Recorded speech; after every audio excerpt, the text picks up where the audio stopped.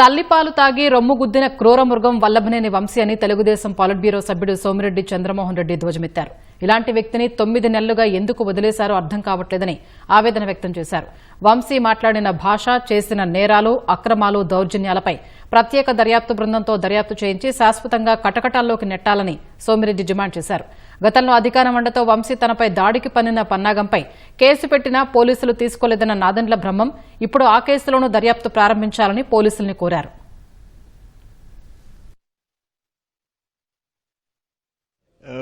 ఒక రకంగా ఇప్పుడు 9 నెలలు ఆలస్యం కావటం, అప్పుడు అతన్ని స్పేర్ చేయటమే మేము జీర్ణించుకోలేము. అట్లీస్ట్ ఈ రోజైనా ఆయన అరెస్ట్ చేయటం అనేది రాష్ట్రంలో ప్రజలు, మనుషులుగా ఉండేవాళ్ళు, ప్రజలు, పార్టీ కార్యకర్తలు అందరూ ఎంతో కొంత రిలీఫ్. కానీ ఇంతటితో వదిలేసే వ్యక్తి కాదు అతను. అదొక క్రూర మృగం, మానవత్వం లేని మృగం. అది అతనేమి ఒకటి కాదు. అతను ఆయన వాడిన భాష ఒకటి.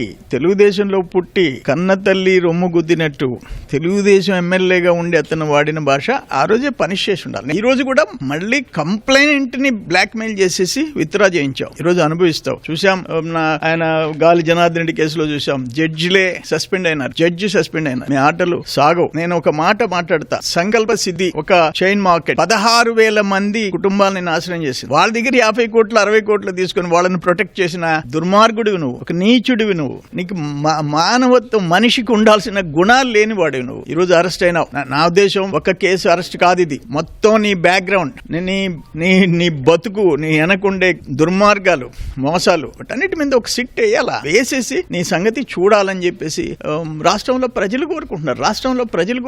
అది జరిగి తీరాలా అని చెప్పేసి నా ఉద్దేశం. దీంట్లో మాత్రం ఏ కాంప్రమైజ్ కాకూడదు. ఇటువంటి నేను ఇంతకుముందు కూడా చెప్పాను, ఇటువంటి మృగాలు ఒక 4-5 ఉన్నాయి. ఇవన్నీ మనిషికి ఉండాల్సిన ఒక్క లక్షణం నీ దగ్గర లేదు. అందుకే నేను ఇంతకుముందు చెప్పా, అమ్మ, తల్లి, చెల్లి, మీ ఇంట్లో ఉండే వాళ్ళందరూ ఇతన్ని బహిష్కరించాల్సిన వ్యక్తి. ఇతను మనుషుల మధ్య బతకకూడని వ్యక్తి ఎవరంటే వల్లభనేని వంశీ.